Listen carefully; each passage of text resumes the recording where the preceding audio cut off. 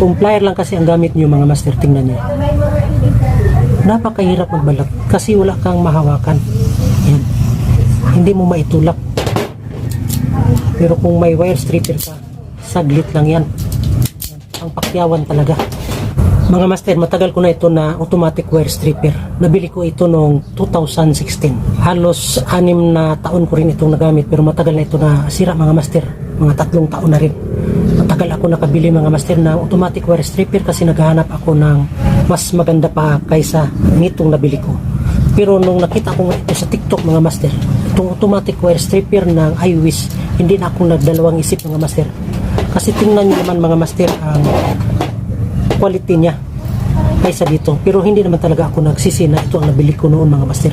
Kasi ilang libo rin ang nakita niya bago ito nasira. Yan. Tingnan nyo mga master.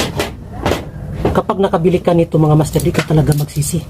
Ang kaya niyang balatan mga master, mula number 14 na TTH in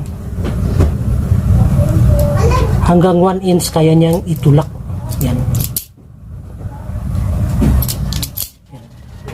At number 12.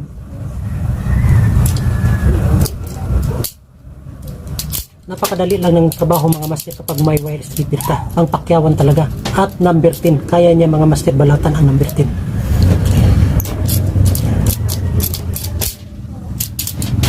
At ito talaga ang gusto ko sa wire stripper mga master. Kapag gumawa ka ng jumper nito mga outlet, napakahirap magbalat kung plier lang ang gamit mo nito. Samantalang kung may wire stripper ka mga master, tingnan nyo mga master. Napakadali lang.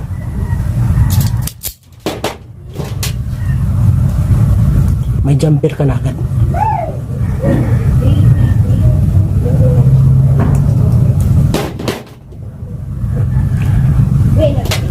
Kung plier lang kasi ang gamit nyo mga master, tingnan nyo. Napakahirap magbalat kasi wala kang mahawakan.